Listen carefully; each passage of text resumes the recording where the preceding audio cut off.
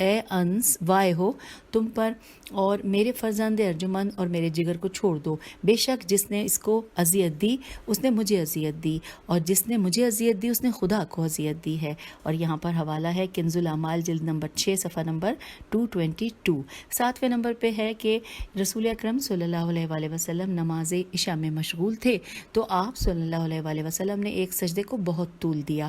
جب آپ صلی اللہ علیہ وآلہ وسلم نے سلام پھیرا تو لوگوں نے آپ صلی اللہ علیہ وآلہ وسلم سے اس سلسلے میں سوال کیا، تو حضرت صلی اللہ علیہ وآلہ وسلم نے فرمایا کہ یہ حسن علیہ السلام میرا فرزند ہے جو میری پشت پر سوار ہو گیا تھا اور میں نے اس کو اپنی پشت سے جلدی اتارنے میں کراہت محسوس کی، انورٹڈ کاما کلوز ہو گیا۔ حوالہ ہے البدایہ والنہایہ جلد نمبر 8 صفحہ نمبر 33۔ اور 8ویں نمبر پہ لکھا ہے حدیث میں کہ عبداللہ بن عبد الرحمن بن زبیر سے روایت ہے، امام حسن علیہ السلام نبی صلی اللہ علیہ وآلہ وسلم کے اہل میں سب سے زیادہ حضرت صلی اللہ علیہ وآلہ وسلم سے مشابہ تھے اور وہ امام حسن علیہ السلام سے سب سے زیادہ محبت کرتے تھے۔ راوی کا بیان ہے کہ میں نے دیکھا کہ رسول اسلام صلی اللہ علیہ وآلہ وسلم سجدے میں تھے تو امام حسن علیہ السلام حضرت صلی اللہ علیہ وآلہ وسلم کی گردن یا آپ علیہ السلام کی پشت پر سوار ہو گئے، اور آپ صلی اللہ علیہ وآلہ وسلم نے امام حسن علیہ السلام کو اس وقت تک اپنی پشت سے نہیں اتارا جب تک کہ آپ علیہ السلام خود حضرت صلی اللہ علیہ وآلہ وسلم کی پشت سے نہیں اتر گئے۔ اور میں نے یہ بھی مشاہدہ کیا کہ جب آپ صلی اللہ علیہ وآلہ وسلم رکوع کرتے تھے تو اپنے دونوں پائے مبارک کو اتنا کشادہ کرتے تھے کہ جس سے امام حسن علیہ السلام ایک طرف سے دوسری طرف نکل سکیں۔ اب یہاں پر حوالہ ہے الاصابہ جلد نمبر 2 صفحہ نمبر 12۔ پھر آئیے آگے چلتے ہیں۔ یہ حدیث مکمل کرنے کے بعد لکھا ہے کہ حضرت صلی اللہ علیہ وآلہ وسلم کے فرزند ارجمند ریحان اور میوہ دل کی فضیلت کے بارے میں ان احادیث کے مانند متعدد احادیث رسول اسلام صلی اللہ علیہ وآلہ وسلم سے نقل کی گئی ہیں۔ راویوں نے کچھ دوسری احادیث نقل کی ہیں جن میں امام حسن علیہ السلام اور ان کے برادر سید الشہداء امام حسین علیہ السلام کی فضیلت بیان کی گئی ہے، اور دوسری کچھ روایات میں اہل بیت علیہ السلام کی فضیلت بیان کی گئی ہے۔ امام حسن علیہ السلام اہل بیت علیہ السلام کی ایک شمع ہے، اور ہم نے متعدد احادیث اپنی کتاب حیات الامام الحسن علیہ السلام کے پہلے حصے میں بیان کر دی ہیں۔ آئیے سامعین، ہیڈنگ اگلی آ گئی ہے کہ آپ علیہ السلام کی پرورش۔ اس حوالے سے لکھا ہے نبی صلی اللہ علیہ وآلہ وسلم نے اپنے فرزند ارجمند سے دوستی کی رعایت کرتے ہوئے ان کو بلند اخلاق کا درس دیا، اپنے تمام علوم ان تک پہنچائے۔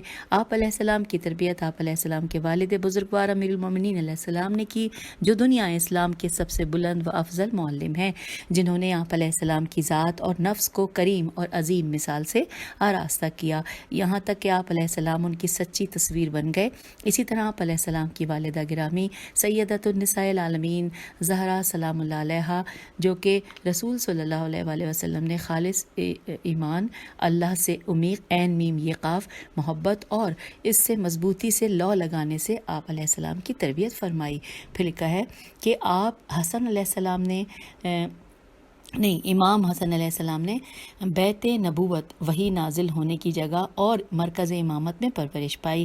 آپ علیہ السلام نے اپنے حسن سلوک اور عظیم شخصیت میں اسلامی تربیت کے لیے بہترین مثال بن گئے آپ۔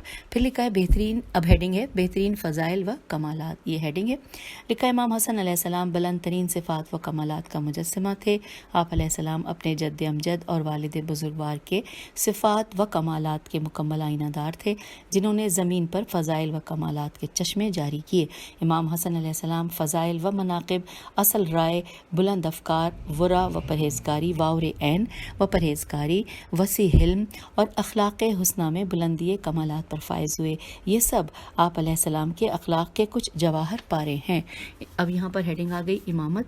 اس حوالے سے لکھا ہے کہ آپ علیہ السلام کی عظیم صفات میں سے امامت ہے، اور امامت و بلندی کمالات کے شامل حال ہوتی ہے، جس کو خداوند عالم اپنے بندوں میں سے منتخب کرتا ہے۔ یہ امامت کا درجہ بھی خدا ہی نے آپ علیہ السلام کو عطا کیا، اور رسول کریم صلی اللہ علیہ وآلہ وسلم نے امام حسن علیہ السلام اور ان کے برادر محترم کے سلسلے میں یہ اعلان فرمایا، انورٹڈ کاما کہ حسن اور حسین علیہ السلام دونوں امام ہیں، چاہے وہ دونوں قیام کریں یا بیٹھ جائیں۔ یہاں پر انورٹڈ کاما کلوز ہو گیا۔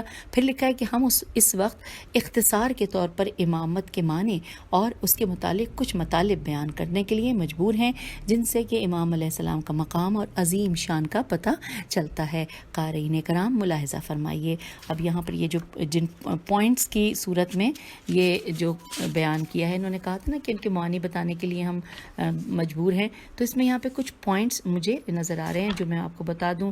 ابھی تک تو میں نے یہ 5 پوائنٹس دیکھے ہیں، لیکن میرے خیال ہے کہ یہ 5 ہی ہیں۔ تو چلیے ہم پڑھتے ہیں۔ سب سے پہلے لکھا ہے امامت کا مطلب، یہ ہیڈنگ ہے اس نمبر 1، امامت کا مطلب۔ علماء کلام نے امامت کی تعریف میں یوں کہا ہے کہ ایک انسانی شخصیت کا دین اور دنیا کے امور میں عام طور پر رئیس و حکمران ہونا۔ پس اس تعریف کی بنا پر امام وہ عام زعیم و رئیس ہے، یہ زعیم و رئیس ہے، جس کا لوگوں کے تمام دینی اور دنیاوی امور پر سلطہ قدرت ہو، سین لام توئے حمزہ، سلطہ قدرت ہو۔ نمبر 2 پہ لکھا ہے امامت کی ضرورت۔ اس حوالے سے تفصیلات یہ ہیں کہ امامت زندگی کی ضرورتوں میں سے ایک ضرورت ہے جس سے انسان کا کسی حال میں بھی بے نیاز رہنے کا امکان نہیں ہے۔ اسی میں دنیا اور دین کے نظام کا قیام ہوتا ہے، اسی سے عدالت کبریٰ متحقق ہوتی ہے جس کو اللہ نے زمین پر نافذ کیا ہے۔ لوگوں کے درمیان عام طور پر امن و سلامتی محقق ہوتی ہے، ان سے حرج و مروج دور ہوتا ہے، ہیرے جیم و میم رے واو جیم، حرج و مروج دور ہوتا ہے۔ اس کو آپ لوگ مجھ سے زیادہ بہتر ادا کر سکتے، دور ہوتا ہے۔ اور پھر لکھا ہے کہ اور طاقتور کو کمزوروں پر زور گوئی سے روکتا ہے۔ اگلے پیراگراف میں اسی ٹاپک کے حوالے سے لکھا ہے کہ امام علیہ السلام کی سب سے زیادہ اہم ضرورت یہ ہے کہ وہ لوگوں کو اللہ کی عبادت کرنے کی دعوت دے، اس کے احکام اور تعلیمات کو نشر کرے، معاشرے کو روح ایمان اور تقویٰ کی غذا کھلائے تاکہ اس کے ذریعے وہ انسانوں سے شر دور کرے اور اچھائیوں کی طرف متوجہ ہو، اور تمام امت پر اس کی اطاعت کرنا، اس کے امور کو قائم کرنے کے لیے اس کے اوامر کو بجا لانا، اس کے ذریعے کجی کو درست کرنا، پراگندگی کو اکٹھا کرنا اور راہ مستقیم کی طرف ہدایت کرنا ضروری ہے۔ اور اب تیسرے نمبر پہ لکھا ہے، پہلے پہ امامت کا مطلب ہم نے سمجھا، دوسرے پہ امامت کی ضرورت، تیسرے میں لکھا ہے واجبات امام۔ اس حوالے سے لکھا ہے کہ مسلمانوں کے امام اور ان کے ولی امر میں مندرجہ ذیل چیزیں ہونا چاہیے۔ یہ ٹوٹل 10 چیزیں ہیں۔ نمبر 1، دین کی حفاظت، اسلام کی حراست اور اقتدار و اخلاق کو مذاق کرنے والوں سے بچانا۔ 2، احکام نافذ کرنا، جھگڑوں میں فیصلے کرنا اور مظلوم کا ظالم سے حق دلانے میں انصاف کرنا۔ 3، اسلامی ممالک کی بیرونی حملوں سے حفاظت کرنا، چاہے وہ حملے لشکری ہوں یا فکری۔ 4، انسان کی شقاوت کا باعث ہونے والے تمام جرائم میں حدیں اور فیصلے قائم کرنا۔ 5، سرحدوں کی حفاظت کرنا۔ 6، جہاد۔ 7، زکوٰۃ جیسے خراج یعنی کہ ٹیکس کا جمع کرنا جس سے متعلق اسلامی شرعی نص و روایت موجود ہے۔ 8، حکومتی امور میں امانت دار افراد سے کام لینا اور اپنے کارگزاروں کے ساتھ ناانصافی نہ کرنا۔ 9، بذات خود رعایا کے امور کی نگرانی اور دیکھ بھال کرنا اور اس کے لیے کسی دوسرے کی نظارت نون زوئے الف ریتے پر اعتماد کرنا جائز نہیں ہے۔ اور یہاں پر حوالہ لکھا ہے سیاست شریعہ، صفحہ نمبر 7۔ اب 10واں پوائنٹ ہے کہ دلیری کے ساتھ فیصلے کرنا، امت کے لیے رفاہی کام کرنا اور ان کو فقر و محرومیت سے نجات دلانا۔ پھر لکھا ہے کہ امام پر ان مندرجہ بالا امور کا بجا لانے اور ان کی عام طور پر مطابقت کرنا واجب ہے، اور ہم نے ان جہتوں کے متعلق مکمل طور پر اپنی کتاب نظام الحکم اور ادارت الاسلام میں بحث کی ہے۔ تو یوں سامعین ہم نے تیسرا بھی پڑھ لیا، پہلا امامت کا مطلب، دوسرا پوائنٹ امامت کی ضرورت، تیسرا واجبات امامت، اور اب چوتھا امام کی صفات۔ اس حوالے سے لکھا ہے کہ امام میں مندرجہ ذیل شرطوں کا پایا جانا ضروری ہے، اور یہ ٹوٹل یہاں پہ دی گئی ہیں 7۔ آئیے پڑھتے ہیں۔ نمبر 1، معاشرے میں عدالت رائج کرنا، یعنی وہ گناہ سے بھی بچتا ہو۔ 2، امت کی تمام ضروریات کی چیزوں سے آگاہ ہو، ان کے شان نزول اور احکام سے باخبر ہو۔ 3، اس کے حواس جیسے قوت سامعہ، باصرہ اور زبان صحیح و سالم ہو تاکہ ان کے ذریعے براہ راست چیزوں کا درک کرنا صحیح ہو، جیسا کہ دوسرے بعض اعضاء کا ہر نقص سے پاک و منزہ ہونا ضروری ہے۔ 4، رعایا کی سیاست اور عام مصلحتوں کی تدبیر کے لیے نظریے کا نفاذ۔ 5، اسلام کی حمایت اور دشمن سے جہاد کرنے کے لیے شجاعت، جوان مردی اور قدرت کا ہونا۔ 6 نسب یعنی کہ امام کا قریش سے ہونا، یہ تمام شرطیں اور صفات ماوردی اور ابن خلدون نے بیان کی ہیں، اور یہاں پر حوالہ ہے احکام السلطانیہ صفحہ نمبر 4 اور مقدمہ صفحہ نمبر 135۔ سامعین لیکن آگے 7ویں نمبر پہ بھی ہے، لکھا ہے کہ عصمت، متکلمین نے عصمت کی تعریف یوں کی ہے کہ اللہ کا لطف جو اس کے اکمل بندوں پر جاری ہوتا ہے، جو اس کو عمدن اور سہون جرائم اور گناہوں کے ارتکاب سے روکتا ہے۔ شیعوں کا امام میں اس صفت کے پائے جانے پر اجماع ہے۔ اس مطلب پر حدیث ثقلین دلالت کرتی ہے۔ رسول اسلام صلی اللہ علیہ وآلہ وسلم نے قرآن و اطرت کو مقارن میم قاف الف ر نون قرار دیا ہے۔ جس طرح قرآن کریم غلطی اور لغزش سے محفوظ ہے، اسی طرح اطرت اطہار علیہ السلام بھی غلطی اور خطا سے محفوظ ہیں، ورنہ ان دونوں کے مابین مقارنت میم قاف الف ر نون تے اور مساوات کیسے صحیح ہوتی، اور ہم اس سلسلے میں پہلے عرض کر چکے ہیں۔ اب یہاں پر اگلے پیراگراف میں ہم آئے ہیں، لکھا ہے یہ تمام صفات ائمہ اہل بیت علیہ السلام کے علاوہ کسی اور میں نہیں پائے جاتے ہیں، چونکہ انہوں نے ہی اسلام کی پرورش اور اس کی حمایت کی، اللہ اور اس کی رضا اور اس کی اطاعت کے لیے دلائل پیش کیے۔ اسلام کے معتقد میم عین تے قاف دال معتقد شاعر نے ان کو اشعار میں یوں نظم کیا ہے، اور یہ جو نظم ہے یہ عربی میں ہے اور تھوڑی سی طویل ہے لیکن ترجمہ بھی ساتھ ساتھ ہے، ہم پڑھتے ہیں انورٹڈ کاما میں کہ یہ صفات ان ائمہ علیہ السلام کی ہیں کہ جو سخاوت سے نزدیک ہیں اور ظلم و جور سے دور ہیں۔ یہ ائمہ احکام اسلام پر مضبوطی سے عمل پیرا ہیں، جہاں لوگ خطاؤں کے مرتکب ہوتے ہیں وہاں ان کو راہ راست معلوم ہوتی ہے۔ یہ اسلام کی بنیادوں کو راہ راست بخشنے والے ہیں۔ یہ ائمہ جنگ میں شدت سے حملہ کرتے ہیں۔ یہ وہ باران کرم ہیں کہ اگر لوگ پریشانی میں مبتلا ہوں تو یہ یتیموں کی پناہ گاہ ہوتے ہیں، ان کی فضیلتوں کا پلہ جھکا رہتا ہے، یہ بالکل انصاف سے کام لیتے ہیں، یہ اہم امور کو اچھی طرح سمجھتے ہیں، یہ سیاست مدار ہیں، البتہ جانوروں اور انسانوں کو ایک نگاہ سے دیکھنے والے نہیں ہیں۔ انورٹڈ کاما کلوز ہو گیا۔ حوالہ ہے ہاشمیات صفحہ نمبر 9۔ آگے چلتے ہیں، ایک پیراگراف لکھا ہے کہ بے شک اہل بیت علیہ السلام نے اپنی عصمت پر سیرت اور کردار کے ذریعے دلیل قائم کی جو کہ اس بات کی عکاسی کرتی ہے کہ تاریخ انسانیت میں ان کے مثل کوئی نہیں ہے، اسی وجہ سے ان کے لیے دین میں عظیم فضل اور تقوی ہے۔ وہ ہر قسم کی غلطی اور خطا سے معصوم ہیں جس پر مختلف حالات و واقعات دلالت کرتے ہیں۔ تو یہ ہم نے یوں چوتھا پوائنٹ جو کہ تھا کیا تھا، امامت کی صفات۔ پہلا تھا امامت کا مطلب، پھر امامت کی ضرورت، تیسرا تھا واجبات امام، چوتھا تھا امام کی صفات، اور پانچواں ہے امام کی تعین۔ اب یہاں پہ تے این یہ نون لکھا ہے، شیعوں کے نظریے کے مطابق امام علیہ السلام کا معین کرنا امت کے اختیار میں نہیں ہے اور نہ ہی اہل حل و عقد کے ہاتھ میں ہے۔ امامت کے متعلق الیکشن کرانا باطل ہے، اس میں کسی کا اختیار محال ہے۔ امامت بالکل نبوت کے مانند ہے، جس طرح نبوت انسان کی ایجاد نہیں ہو سکتی، اسی طرح امامت بھی کسی کی تکوین و ایجاد تے کاف واو یہ نون و ایجاد کے ذریعے نہیں ہو سکتی، کیونکہ جس عصمت کی امامت میں شرط ہے اس سے خدا کے علاوہ مخفی نفوس سے کوئی بھی آگاہ نہیں ہے۔ اس نے اس پر حجت آل محمد علیہ السلام اور مہدی منتظر علیہ السلام سے اپنی حدیث میں سعد بن عبداللہ کے ساتھ استدلال کیا ہے۔ اس نے امام علیہ السلام سے سوال کیا کہ لوگوں کے اپنی خاطر امام اختیار نہ کرنے کی کیا وجہ ہے، تو امام علیہ السلام نے فرمایا کہ وہ اپنے لیے مصلح اور مفسد امام کو اختیار کریں گے۔ یہاں پہ سوالیہ نشان انہوں نے سوال کیا، تو اس نے جواب دیا کہ بلکہ مصلح امام اختیار کریں گے، تو کیا ان کا کسی برے شخص کو اختیار کرنا ممکن ہے، جبکہ کسی کے دل کی اچھائی یا برائی سے کون واقف نہیں ہے؟ تو انہوں نے جواب دیا کہ کیوں نہیں؟ پھر لکھا ہے یہ وجہ میں نے تیری عقل کے نزدیک موثق میم واو پہ حمزہ ہے اور سے قاف موثق دلیل و برہان کے ذریعے بیان کی ہے۔ مجھے ان انبیاء کی خبر دی گئی ہے جن کو اللہ نے منتخب فرمایا ہے، اس پر کتاب نازل فرمائی ہے، ان کے عصمت اور وحی کے ذریعے تائید فرمائی کیونکہ وہ امتوں کے بزرگ ہیں۔ موسیٰ علیہ السلام اور عیسیٰ علیہ السلام کے مانند ان کو اختیار کرنے کی ہدایت دی گئی ہے۔ کیا ان دونوں کی زیادہ عقل اور ان کے علم کے کامل ہونے کے باوجود ان دونوں کو کسی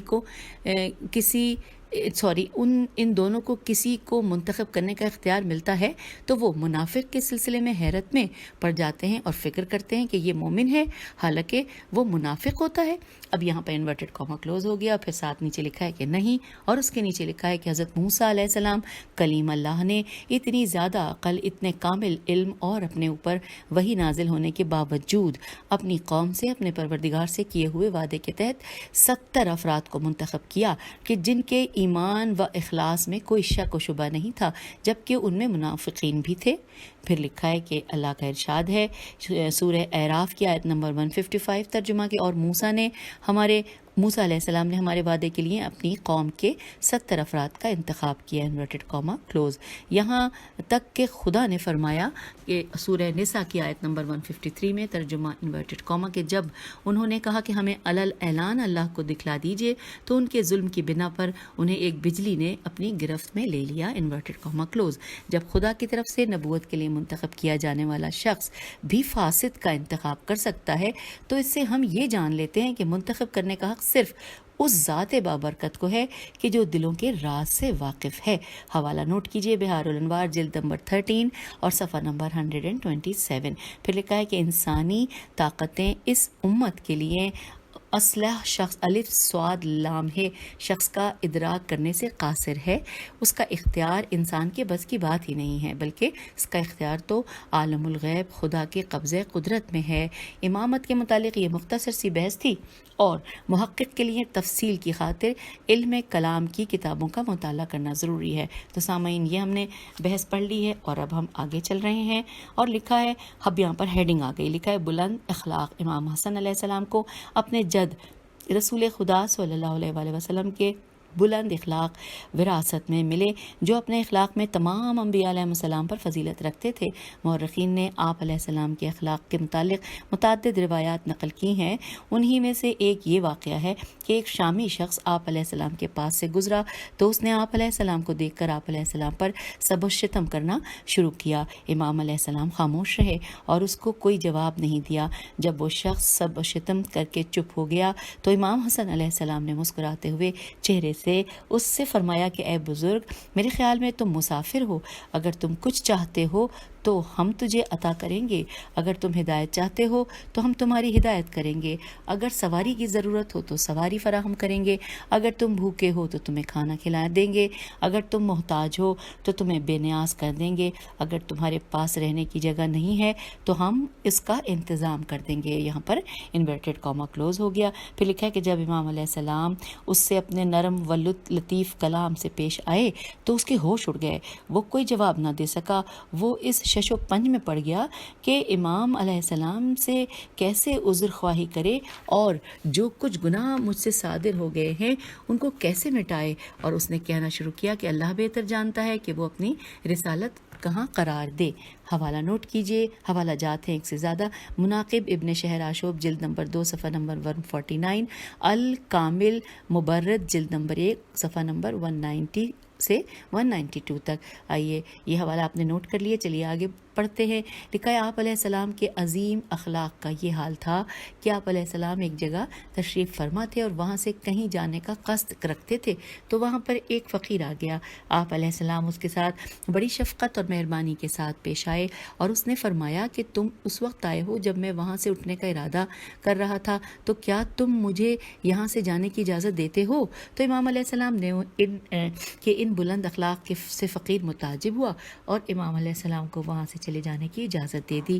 حوالہ ہے تاریخ الخلفاء, مؤلف سیوطی, سین یہ واو تو ایک چھوٹی یہ, اور ساتھ میں پھر ہے صفحہ نمبر 73.